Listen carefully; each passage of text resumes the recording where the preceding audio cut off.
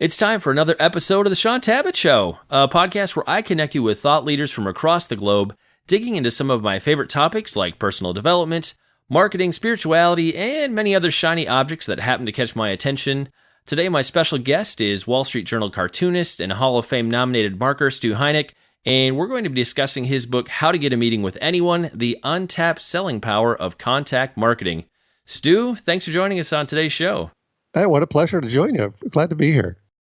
Well, between cartoons, marketing, writing, you bring together a unique set of skills and abilities. I would love to have you talk to us about, say, maybe the order at which those things emerged in your younger or your early years, and what was the convergence point where they started to come together in a meaningful way? Because you're bringing some unique stuff together and you've accomplished a lot. How did that even happen?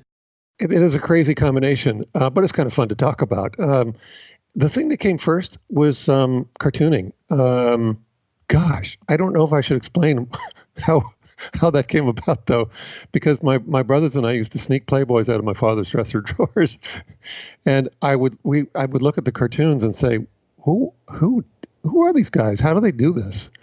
And so that probably was was the first thing, was that cartooning became a passion, just something I really enjoyed. And there are probably cartoons on old desks somewhere at my old schools, and they're gone. I don't know. But that was probably the first one. And in fact, in college, just before graduating, one of my friends had said that I went to USC. And so crosstown rivals were UCLA.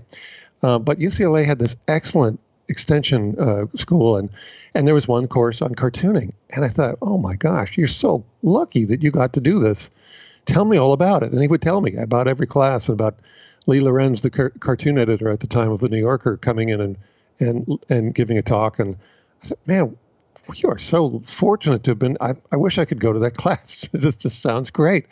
And the more he spoke about it, the more I thought, I'm going to do it. I'm just going to get out there. I'm just going to try doing it professionally. And that's a really slow boil, or route to a boil. At the same time, at USC, I was studying marketing. And so those two converged. And they converged because of an article that I saw. I became a member of the Cartoonist Guild.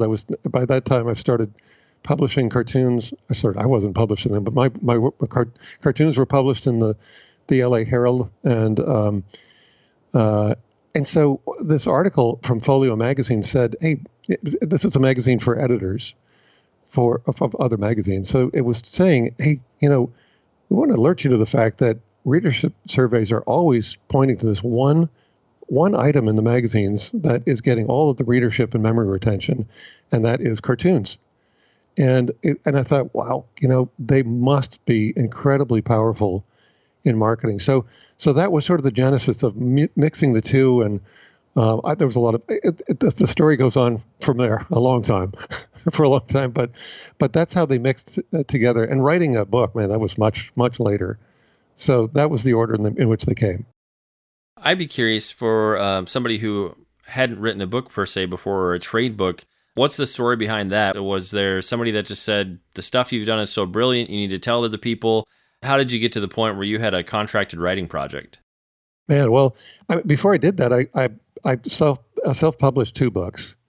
And so one of them was called Drawing Attention. And that one, I just felt I have to write this, because by then, there was a great headwind when I started out using cartoons and any form of humor in direct marketing. That was where it led. Because all of the pundits were saying, don't use humor, it doesn't work. They'd have that list of things up on stage saying, these are the 10 things you've got to avoid in order to have a successful campaign. And humor was always on their list. And I would sit in the audience thinking, these guys don't understand this. They don't understand how powerful cartoons are. So, eventually then I ended up with all the big magazine publishers as clients. I mean, I created a lot of record-breaking campaigns using that magic of cartoons to pull people in, draw people in maybe, and get them involved just to get them to pull that piece of mail out of the stack of mail that they got that day and go, wow, hey, that's pretty cool.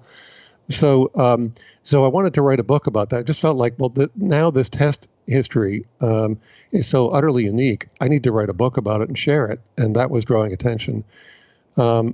But then writing the book, How to Get a Meeting with Anyone, really came about because the whole time, throughout the time that I'd been creating campaigns for clients, direct marketing campaigns, well, I had been using contact marketing. I didn't unwittingly. I'd been using my cartoons just I knew it was a great device to break through, and so I'd been using those the whole time to open doors. And the more I looked around, the more I realized, well, my gosh, I'm not the only one using interesting things, interesting methods, sort of audacious and creative methods for breaking through. There are a lot of really interesting things that are being done out there.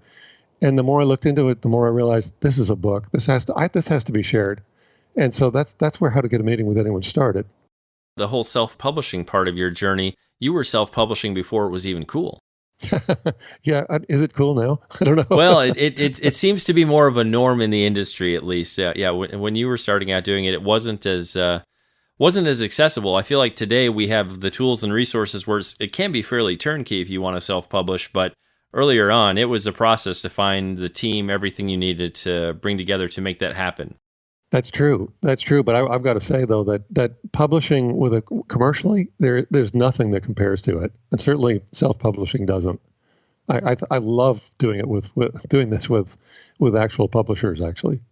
Yeah, the nice thing is you don't have to wear all the hats. That's the dirty little secret of self-publishing is you get to be the writer and the editor and the marketer and the designer or hire all those different people to pull a nice book together. It's two very different paths to get a book.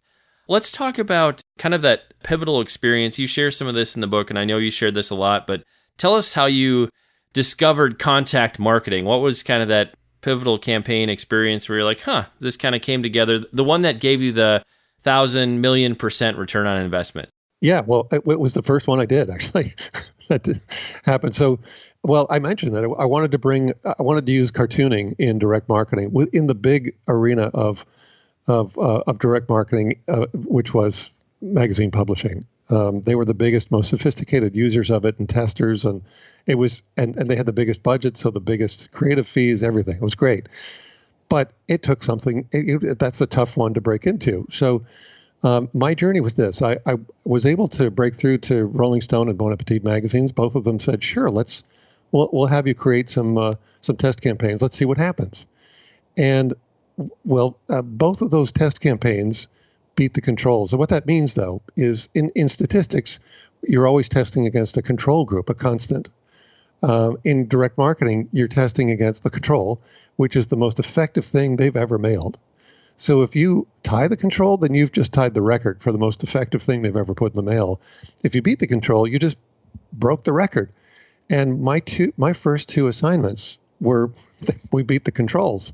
So I thought, okay, that's amazing. That's my opportunity to bring this to the rest of the publishing industry now. So what I realized I needed to do, the mission was that I needed to get in touch with about 24 VPs and directors of circulation who were responsible for consumer marketing for the magazines. And these were VPs and directors at Time Inc. and Condé Nast and the Wall Street Journal and Forbes and Harvard Business Review. And so these were not going to be easy people to reach.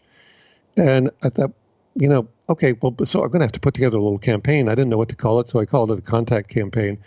And my campaign consisted of a little 8x10 print of a cartoon that I personally, all of my cartoons, or most of them, all of the cartoons I use in marketing are written so that I can include a person's first and last name in the cartoon. So that's what I did. I personalized each cartoon, and it went out with a note that said, "This is the device I just used to beat the controls for Rolling Stone and Bon Appetit, and I think we should put this to the test for your titles."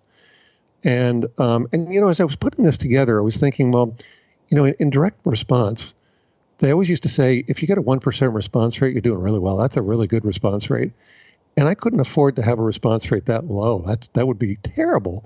I mean, 1% of 24 people would be not one person even, So even a 10% response rate isn't possible. Actually, that's 2.4 people. But still, a 10% response rate would have been a disaster. I wanted to reach all of them.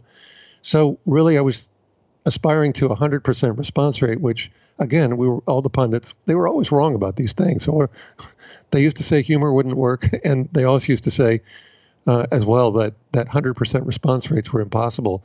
But that's what I felt I needed, and that's what I got. I mean, all of them responded. All of them. I mean, I connected with all of them. All of them became clients. So it's not only a 100% contact rate, but a 100% conversion rate. And this little campaign to 24 people, it was worth millions of dollars to me. It launched my business. And it all came from a campaign that I spent about $100 on and sent to 24 people. And that's really a great example of what contact marketing is really all about. You're focusing on very few people. You're doing something audacious, really kind of crazy. I mean, that one wasn't all that crazy, I guess, but nobody had seen cartoons about themselves. So in a way it was. It had a lot of impact.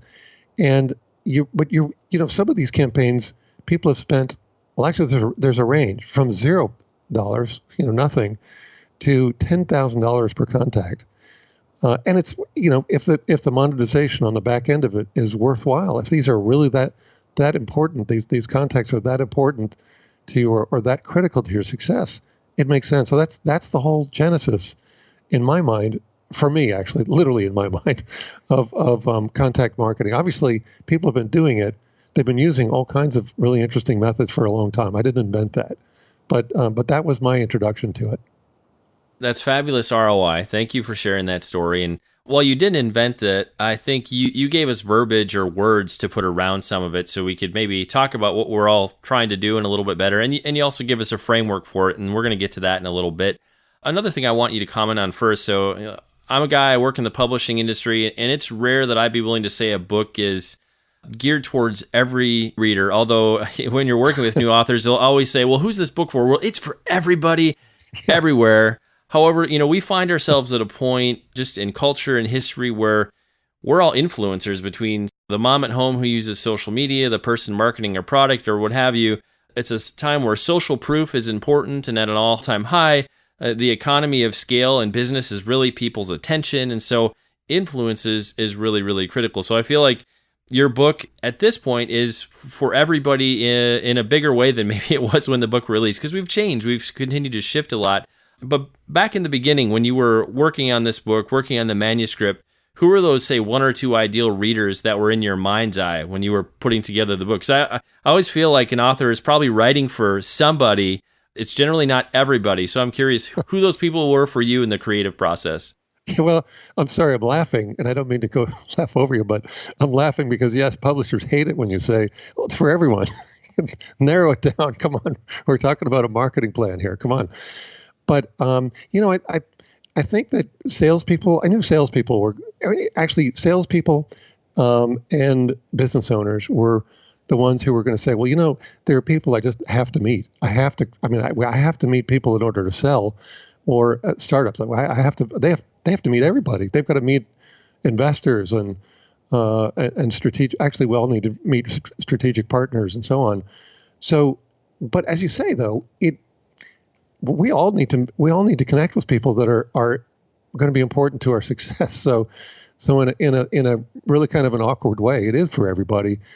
Awkward because I'm talking to a publisher right now, But the thing is, I actually, another area that I really left out of the book, but we keep seeing stories. I keep seeing stories pop up about it. Is just using the same thing in job search. In any of these instances, you've got to stand out in a way that gets people saying, wow, what's that? Oh, this is cool. But also, man, I love the way this person thinks. So wouldn't that be useful in job search? Obviously it is. Wouldn't it be useful in reaching out to someone that you'd like to have as a mentor? Of course it is. Or someone who's got a sales channel that you couldn't possibly reproduce, and you bring a benefit to them. Well, of course, it's important to reach them. And if you can't break through, then nothing happens. So in a very embarrassing way, because we're both now pros at this, it is for everyone in a way. But especially I think it's especially useful for salespeople, sales managers, and then business owners, because we're all really concerned with growth. Well, and I really appreciate that you brought up that this is a book that could be useful for somebody doing a job search or just this idea of putting this level of effort there. Because I've worn a bunch of different hats. I've interviewed and hired 40, 50 people throughout my career and interviewed hundreds of people. But one of the things I always coach people on who are doing a lot of interviews is, well, basically, you're going to have to help them understand how you are the answer to their dreams, their hopes. It was inevitable that your story was going to converge with their story, and it was just you're the guy or you're the gal who is the perfect fit for that. So, in the same way of whether we're trying to sell or market a product, you're trying to sell or market yourself. So the same principles are going to apply and be helpful in that kind of a scenario as well. Absolutely. You've got to be able to, just in life, you've got to be able to connect with people. Nothing happens in a vacuum. Nothing happens without connecting with other people. And you've got strengths that others don't have, and others have strengths or opportunities that you need. And it's just inevitable. That's how we're programmed. And so but the thing is, if you can't break through to the people that really will make a difference to you, then you're not going to make a difference. Your ability to scale is going to be limited by the people that you are interacting with. So if you want to break out of that network or those spheres, it's going to take some hard work and some research and some creativity. So let's let that transition us into the next part of the conversation here. So before we're going to be connecting, say, with CEOs or high-level influencers, we're going to need some education. So what are a few of the things that we absolutely need to understand about trying to reach and connect with VIPs? As somebody who's been podcasting for like 6-7 years now, early on when I didn't have a lot of traction and people didn't know who I was, although podcasting was still kind of a weird format back then, and people didn't always know what it was. If you reach too far outside of your circle, you will get shut down because they go, well, this doesn't make any sense. Why would I want to talk to you? Whether it's podcasting or cold emailing people, we often learn the hard way that, oh, this may not be the most effective way to go about it. So what are some things that we really should keep in mind when we're thinking of reaching high-level people outside of our circles? Yeah, sure. Well, I think one of the main things is that these people are really busy. They're busy, and a lot of people are trying to reach them. And so they have to be, they're just bombarded. And after a while, it's natural that they would shut that off, or it would become more and more difficult to get their attention. So understand that they're busy, their time is very limited. And when you reach out to them, respect their time. I think I would say two things for those C-level people. One is respect their time, and the other is make sure you understand the value that you want to bring to them, and that that it's going to make a difference to them, and be able to express it quickly and be on time.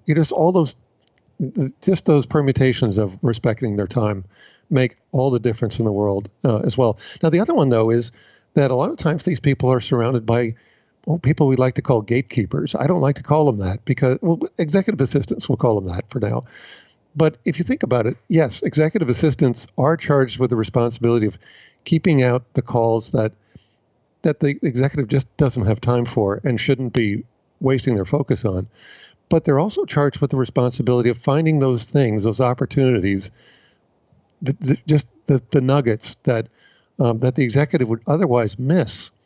These things are coming directly to them, and if the executive assistant isn't aware, isn't watching for these things, then they're also not doing their job. And in the book, I call them VPs of access or talent scouts, and that's really what they are.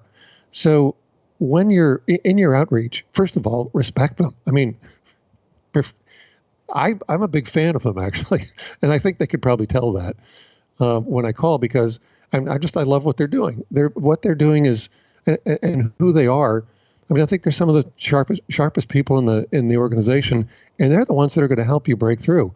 So I have a great deal of respect for them. I usually include them in my campaigns. So it could be something as simple as sending them a card thanking them for their help, but also it's about considering them when I'm, let's say, developing a script. And so I've got to develop scripts from time to time because I pass along what I'm doing to my clients and their teams.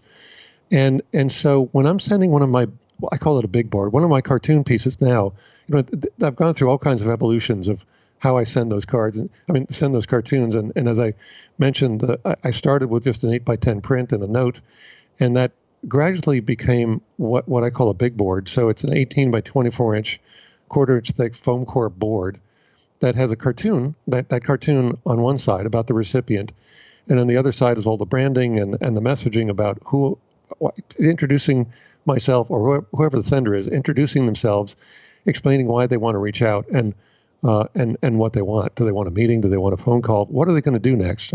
Is their staff going to call? Please watch for my call, whatever it is.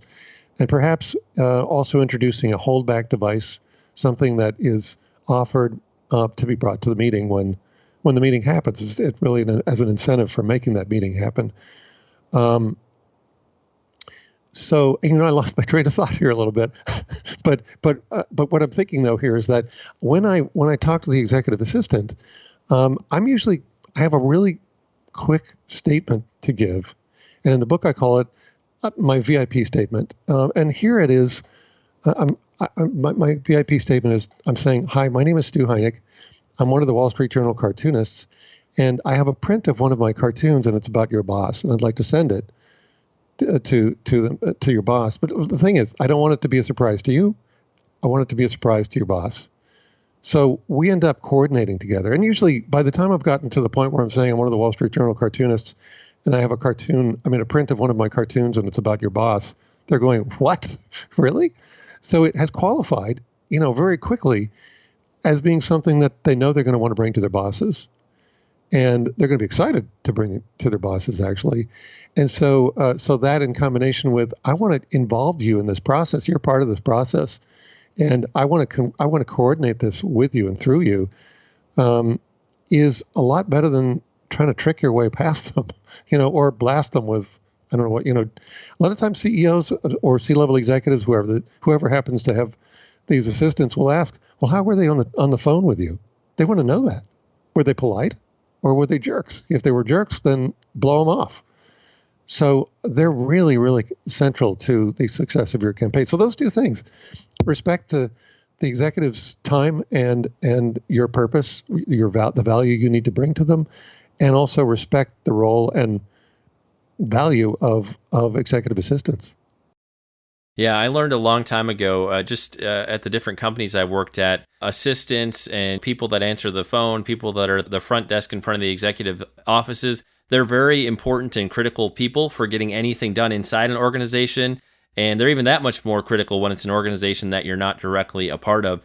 Another thing I would say too is sometimes the timing is just off depending on what you're requesting. So somebody might shut you down, somebody might say no. It's not personal. They're not necessarily being mean or rude. It's just maybe not a good fit for them at this time. We don't want to be annoying and just keep bombarding people. But, I've connected with and talked with high-level people where they're always going to tell you no the first time. They might tell you no 2 or 3 times, but if you keep coming back, you're kind, you're respectful, and you keep showing interest a 4th or 5th time, then they might actually be like, wow, this guy's really serious. He wants to connect with me. So sometimes just saying no a few times can be kind of a gatekeeping tactic to kind of weed people out who really are just in it for a quick buck, or they just want to leverage it for some odd reason. Sometimes when you're coming back a 4th or a 5th time, you're showing some real interest, and that's kind of intriguing and interesting. So you really just got to keep in mind, there's often a lot more going on behind the scenes than we even realize, even though all we're simply doing is trying to reach out and connect. Yeah, and I think that's a really important aspect here of persistence. You have to do the same thing when you're reaching out to guests for your show. And by the way, a show is a great contact device.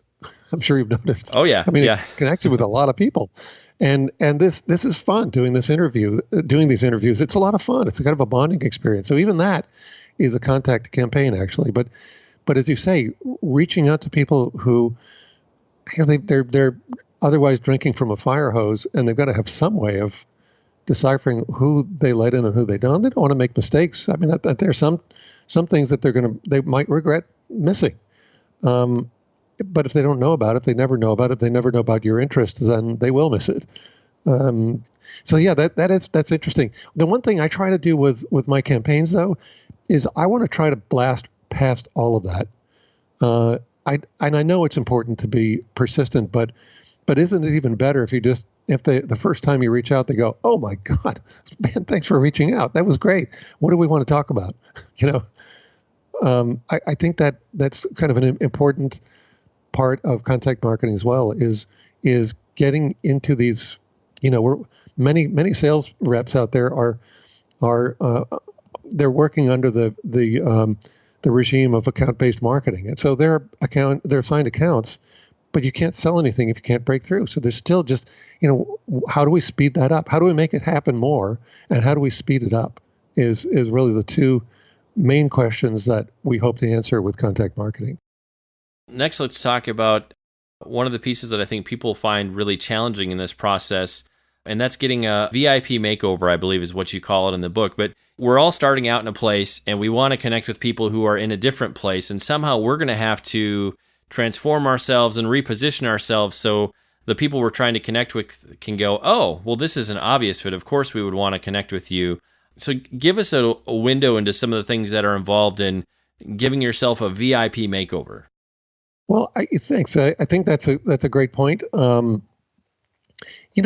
think actually, and as I will also say that in the time since I wrote the book, LinkedIn has become such a huge force in every business person's life, and it's a great place to stand out, and also a very difficult place to stand out because there's so many people, there's so much activity. But I think that's a great place to be posting content. I mean, you could be posting content from others, but if you're going to do that, then it ought to be from interesting and generally unavailable sources. So one thing that you could do as a makeover is start attending conferences, taking notes, and start offering those notes up to the executives you want to connect with. Sort of be their reporter on scene, and these would be reports that they won't find otherwise, or content that they won't find otherwise. Obviously, you want to look like an executive. I think that's an important point. Although that's changing a lot. I mean, it's a little more casual. But if you'd like to be contrarian, then start dressing up more. Paying attention to that, or your diction, or joining the board or local board of a charitable organization. I think is a great way to start standing out as someone who is not just trying to sell you something, but someone who's giving back to the world. Those kinds of posts tend to lead to lots of other networking opportunities anyway.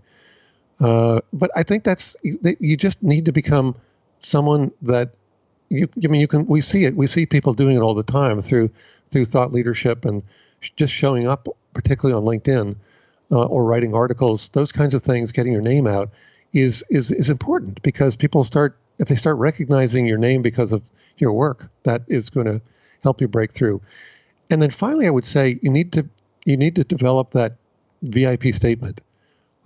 What is it you say to the executive assistant or to the person you're reaching out to that tells them you're someone that they want to connect with? And so mine is, hi, my name is Stu Heinecke. I'm one of the Wall Street Journal cartoonists, a Hall of Fame nominated marketer, and the author of the book, How to Get a Meeting with Anyone.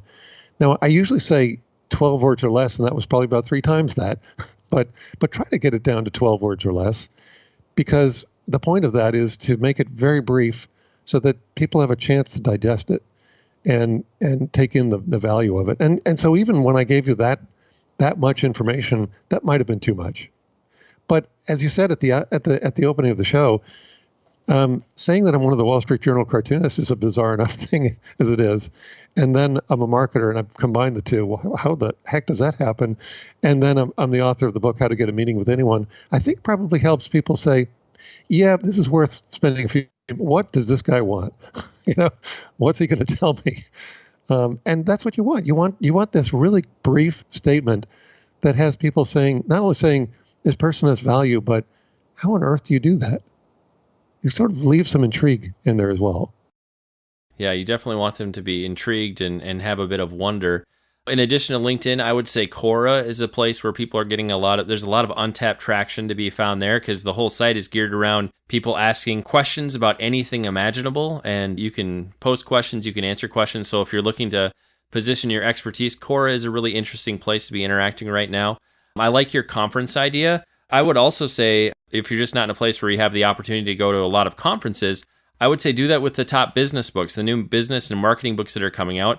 Read it and write a really solid book review that tells people these are the 5 takeaways or the things you need to know, and then start posting things like that on Quora and LinkedIn and elsewhere. That'd be an even faster way to come up with content. And the other thing I would say around that is just be willing to serve. People, I feel like, can read through it pretty quickly. If you're just there to take and not to give, that really pushes people off. But if you have a posture where you're serving and you really care about people, and that's obvious, I think just that by itself, you do enough of that, that will open doors for you eventually as well. So those would be a few things I would add to that part of our conversation. Next, let's talk about why we need to identify a specific list of, say, top prospects. I think, one, having a VIP statement and very much knowing what we're about, that's critical. So we know what we're going to say, and so we actually have defined what exactly it is that we want to be doing.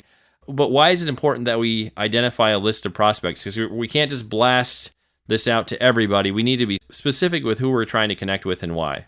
Yeah, absolutely. Well, I will say, first of all, if your career is sales, it's likely that you are now working under that framework of account-based marketing. So your accounts have been identified, and now you just need to identify who within those accounts you need to connect with. So that's not terribly hard to do, and it's obviously necessary to do if you're going to sell to those accounts.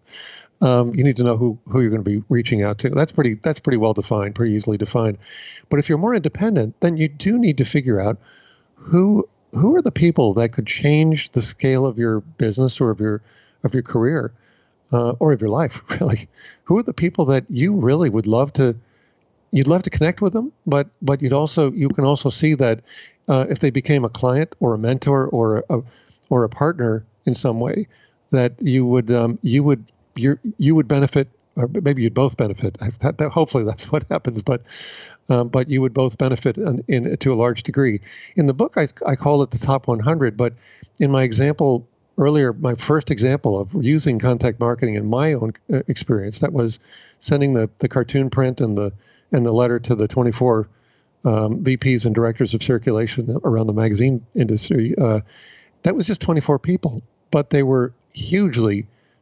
Well, I mean, first of all, that was the focus.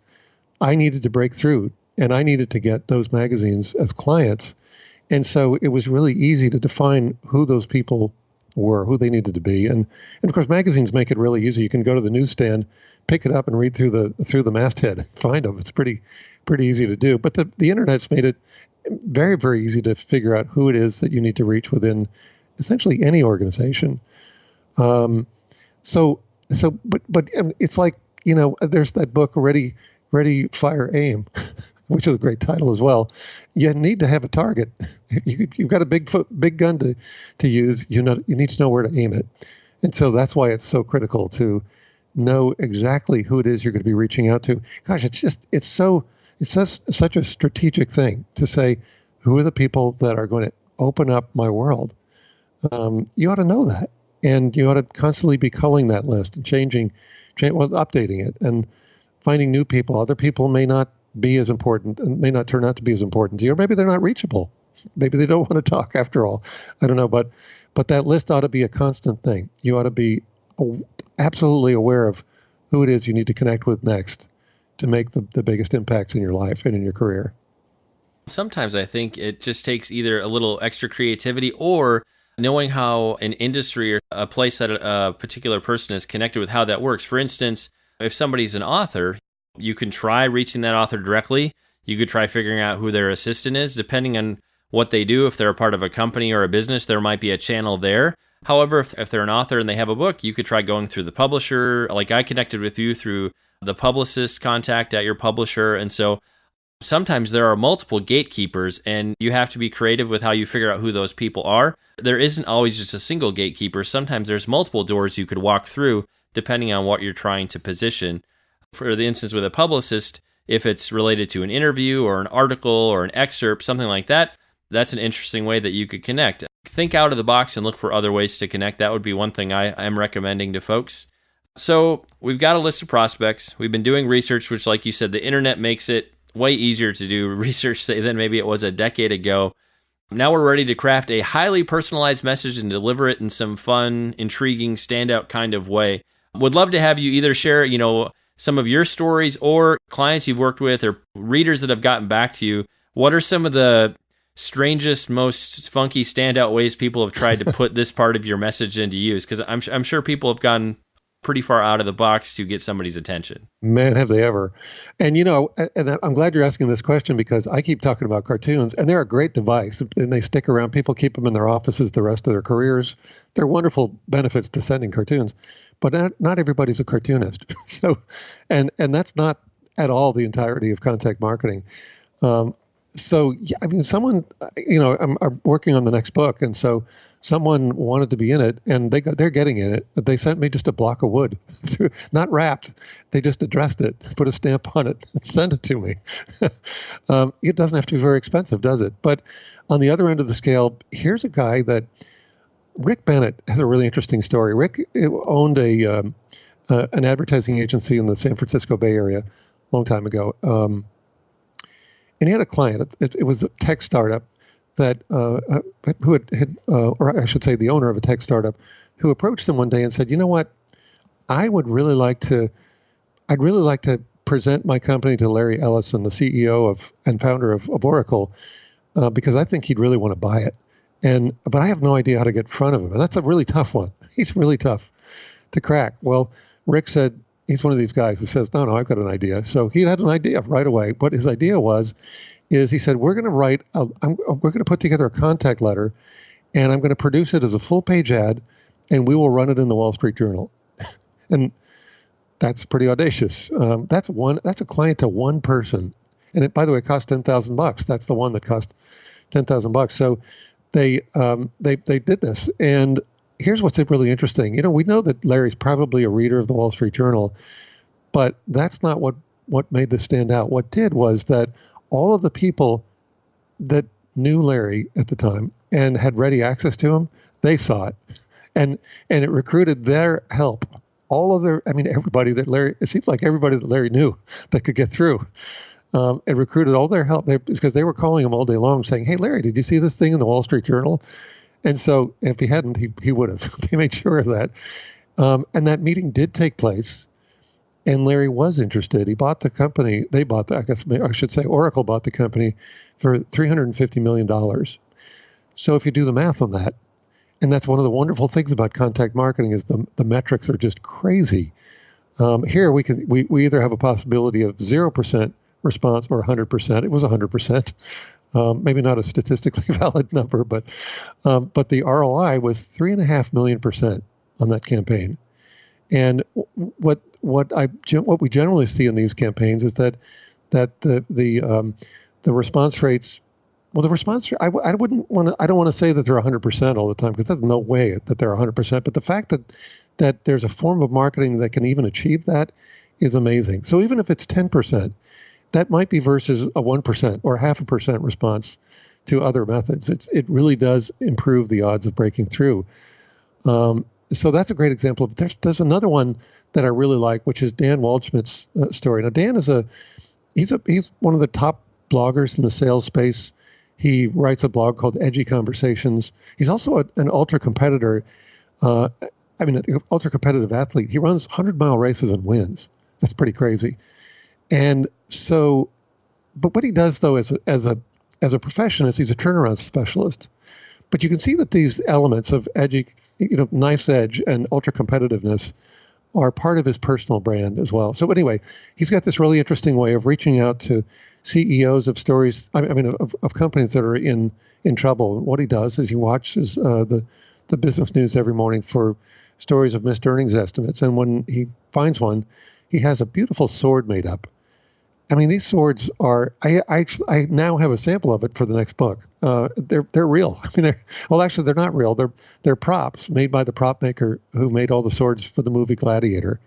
So these are beautiful. They're not plastic at all. They're metal and leather and wood, and they're handmade. They're just beautiful pieces. And so anyway, he puts that into the beautiful wooden box, and into the box goes a little handwritten note. The note says, actually, it doesn't say but what it says is, "Business is war, and I noticed you lost a battle recently, and I just want to let you know that if you ever need a few extra hands in battle, we've got your back." And really interesting aspects about this campaign. One is that There's no branding in it there because he doesn't write it on letterhead. It's just a handwritten note. So there are no logos. None of the trappings that we think of that are necessary for brand development or brand identity. Yet there's a sword in your hands and a handwritten note and a really astute note here. I mean, message here that he's got your back and he's ready to go to battle for you and with you. And so there's all kinds of branding that's happening around that. Now, I would ask what you might expect the response rate would be. Maybe I should ask you that. What do you think it would have been? I want to say a response rate like for that kind of a thing would be 100%. And the reason I would think that is because when you're missing earnings, nobody's there to usually come around and support you. They're just kind of kicking you when you're down. So to have anybody who would, what seems like out of the blue, reach out and give you some level of encouragement, like, you know what, you missed it this time, but this can be fixed and this is really hard and I get that. Just the empathy that's being expressed by that act, I'm guessing just speaks volumes to that executive or whoever it is that he's reaching out to. Yeah, you're right. You're right. Everything's working just perfectly in that campaign. And that's what he's getting is 100% response rate. Now, also, because I want to talk about metrics, because the metrics are really interesting in all these. So he's getting 100% response rate. That's also already pretty interesting. He spends, direct mail, pennies make a big difference in a campaign, pennies per piece. He's spending $1,000 every time he sends one of these swords. Yeah, the sword is made up. It's engraved with the CEO's name and an inscription. It's just this beautiful presentation, the box as well. So anyway, it's $1,000 every time he sends one out, which I think is really interesting. $1,000 per cost per contact is a lot. It's a huge belief in the value that he's offering and the way that he's bringing it to their attention.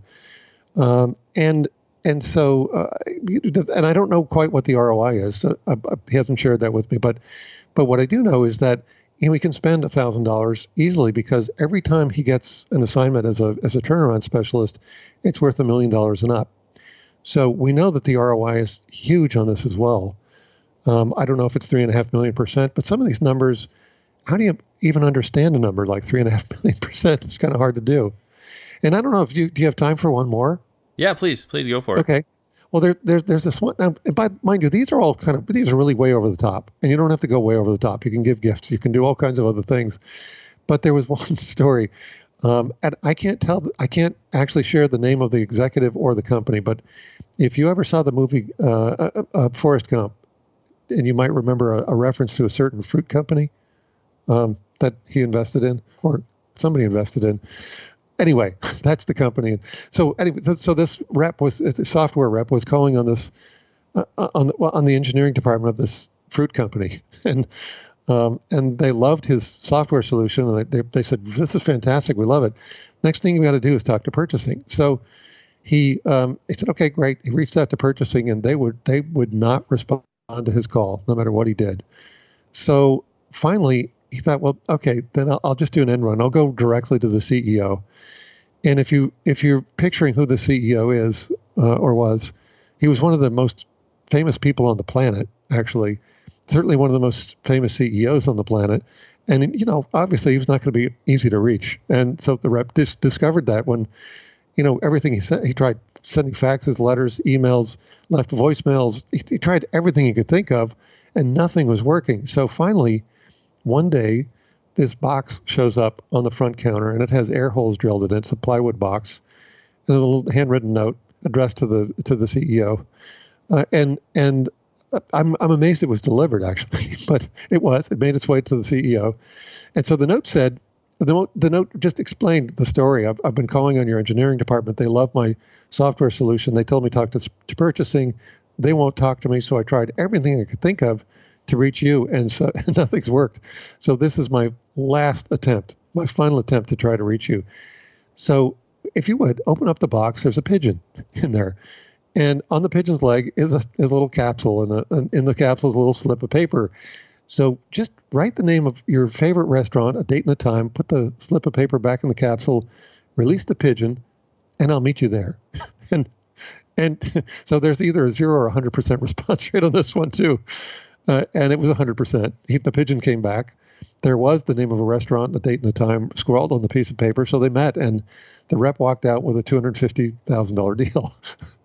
So, Wow. those are over the top, but there are all kinds of ways to break through. And again, I would point out that having a podcast is a great way to add to your VIP statement because you're the host of the show. But also, what a great contact device it is. You don't have to take out $10,000 ads in the Wall Street Journal or send pigeons around. You're connecting with people, and there are a lot of really interesting ways that you can just use a little bit of imagination and break through in a way that has people saying, I really enjoyed that, or I really like the way this person thinks.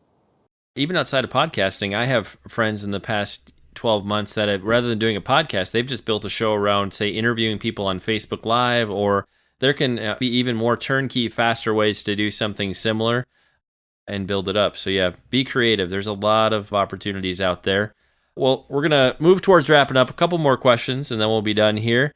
I think one of the challenges in the workplace today, we have a lot of digital natives. A lot of us tend to want to default towards exclusively electronic communication, but as we're building and growing in relationship with folks, we tend to move from, say, electronic into more phone and in-person opportunities. So I'd be curious to hear from your perspective, what's the mix of electronic versus old school, in quotes, communication methods we should be going after? Because it can't all be just texting and email. There does have to be a point where there's conversations and in-person things that happen. And those are skills that not everybody is comfortable with, like maybe they were 5, 10, 15 years ago, where it was more of a normal part of doing business. So any thoughts on that?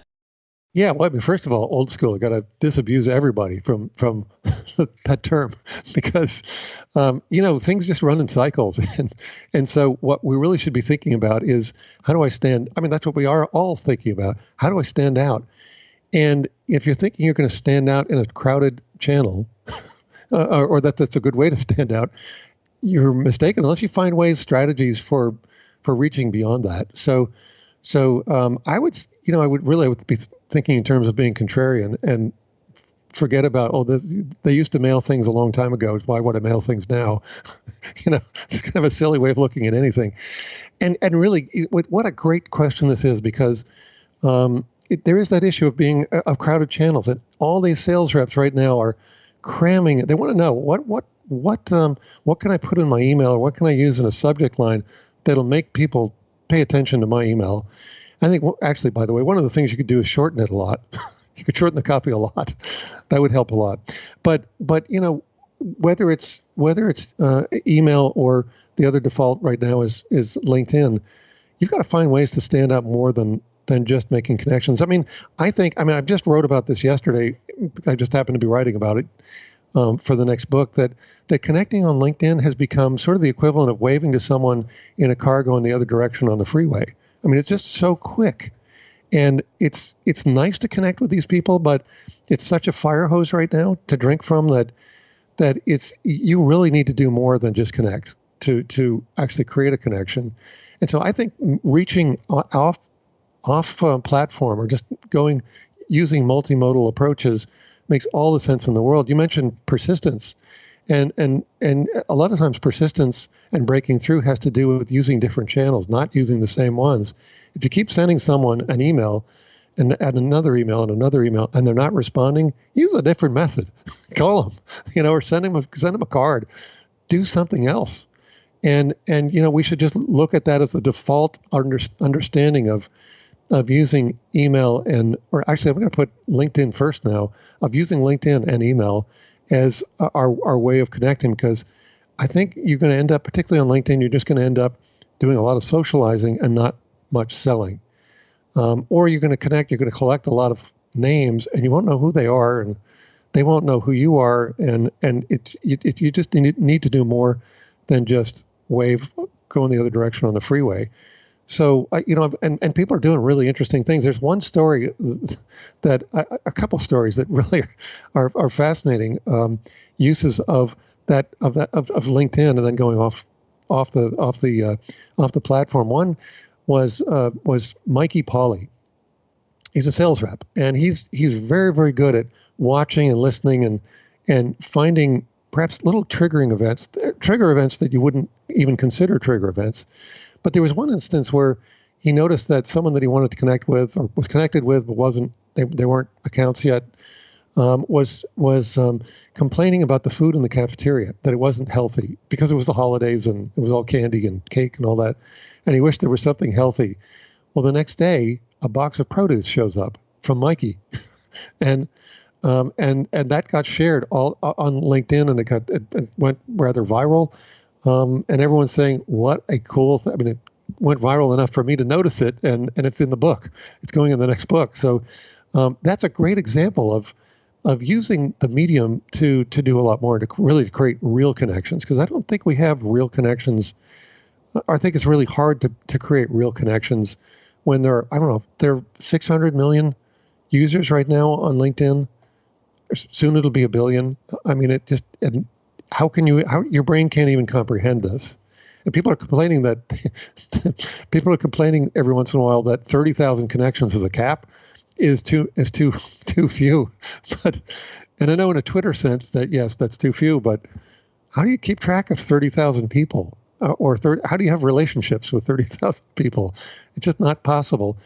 And I'll just give you one other example that I think is really, really interesting. And that has to do with doing, the term profile scrape sounds kind of an awful thing, but just researching and listening and responding to, and somehow creating an approach that is filled with value and relevance to the people you want to reach out to. So there was this one company, Engagio, and Charlie Lang is the fellow in charge of this campaign, that what they did is they gathered up all of the profile pictures of the people that they wanted to reach, and they wanted to do this at an event. They knew they would be at this event, so they gathered up all of these profile pictures and had custom bobblehead dolls made up. And they then sent a picture of the bobblehead doll to each of these people and said, "Come to our booth and claim your doll." And I don't think it was 100%. I think they probably had a few left over. But what a brilliant way of using what you find on LinkedIn and making much, much more of it, and making much more of a personal connection. And I think in one way or another, that's what we need to do. I use cards when I make connections, or sometimes prints, but I don't send it to everybody. I mean, I can't. I just can't keep up. But I think that's what we need to do. I don't know if I've given you really a percentage breakdown. I just think that when you find some of the connections you're making on LinkedIn are ones that you're really going to want to track with and develop into real relationships. And the only way you're going to do that, you can continue to interact on LinkedIn, but really the only way you're going to do that is to meet in person, or to send something or do something else other than keep connecting on LinkedIn. Stu, when you think of the readers, say, getting to the last page of your book, if they only take away one core message, what do you hope it is that they've heard loud and clear? Oh my gosh. Well, be audacious, be clever. Don't be afraid to step out and stand out, because that's what you need to do to stand out and to connect in this day and age. As a podcaster, I would be doing a disservice to my listeners if I didn't ask you about your podcast. So you've got a podcast themed around how to get a meeting with anyone. Tell us what the listeners can expect when they subscribe and start listening to your show. What's the format? Who are some of the guests that you have had on recently? Yeah, sure. Well, and actually, it is called the How to Get a Meeting with Anyone podcast. I hope that's easy enough to remember. Right now, what's showing up in the interviews is, and the guests are a lot of the interviews that I'm using for the next book, and these are really interesting because, some of the case and this next book will be a collection of case studies with a lot of photography, and so that you actually get to see what these campaigns look like and how they worked and what the takeaways were from each of these. There are some campaigns that I featured in the original book, the one that's out now, How to Get a Meeting with Anyone, but there are a lot of new ones, and so you'll be hearing from all kinds of people that are doing really innovative things to break through. And one of the things that has really been very interesting is just examining business cards. There's some business cards that are acting and functioning on a completely different level. So we're talking to people who've created some of these business cards that are kinetic, or they're. I don't know if you've ever heard of Kevin Mitnick. Have you heard of him? And have you Oh, ever yes. seen? Yes, I worked. The lockpick yes. set. Yep. I love What a Kevin. cool card. Yeah. And that acts on a very different level than the rest of the business cards, or James Bond's divorce card. This is what it tears in half, and his contact information's on both sides. And so some of these are really great involvement devices. So I'm talking to all these people behind these campaigns, or to the people who are actually using some of them. I mean, I talked to the divorce lawyer who used the card that tears in half, and Kevin Mitnick and so on, to hear about what are these experiences like to use these things that help you break through and get a lot more meetings and a lot more results from your time. So it's just a lot of fun, and just like the interview we've just done. I mean, this is just kind of a fun. Our interviews are just fun, informal conversations where I'm really just in awe of what these people are doing, and it's like we're having a beer somewhere, and sitting around talking about how to sort of plan out these capers. So that's the podcast. It's how to get a meeting with anyone. You find it on YouTube. I'm sorry, not YouTube, but iTunes. And otherwise, if you want to connect, you can connect with me on stuheinecke.com or cartoonlink.com or just on LinkedIn. Like we do with every episode, I'll be sure to include detailed links in the show notes. So when you're done listening, head on over to shauntabatt.com. We'll have links to places where you can connect with Stu, places where you can buy his books, places where you can subscribe to the podcast. It'll all be linked up right there. And as a book marketing guy, I love that you have a podcast that features a lot of the guests that will make an appearance in your next books. That is a wonderful way just to build momentum as you're heading forward towards release. People are going to be increasingly excited and bought in and interested in those people and their campaigns. So from a marketing perspective, brilliant. I love that you have a podcast that's giving you that momentum there. It's time to bring this episode of the Shaun Tabatt Show to a close. Many thanks for being a part of my conversation with Stu Heinecke. Once again, our book today was How to Get a Meeting with Anyone. To connect with Stu and find out more, be sure to visit his websites at either cartoonlink.com or stuheinecke.com. And Stu, I just want to say thanks so much for sharing with us today. It has been a great pleasure and an honor to speak with you. You brought a lot of value. Thank you so much. Great to be here joining you.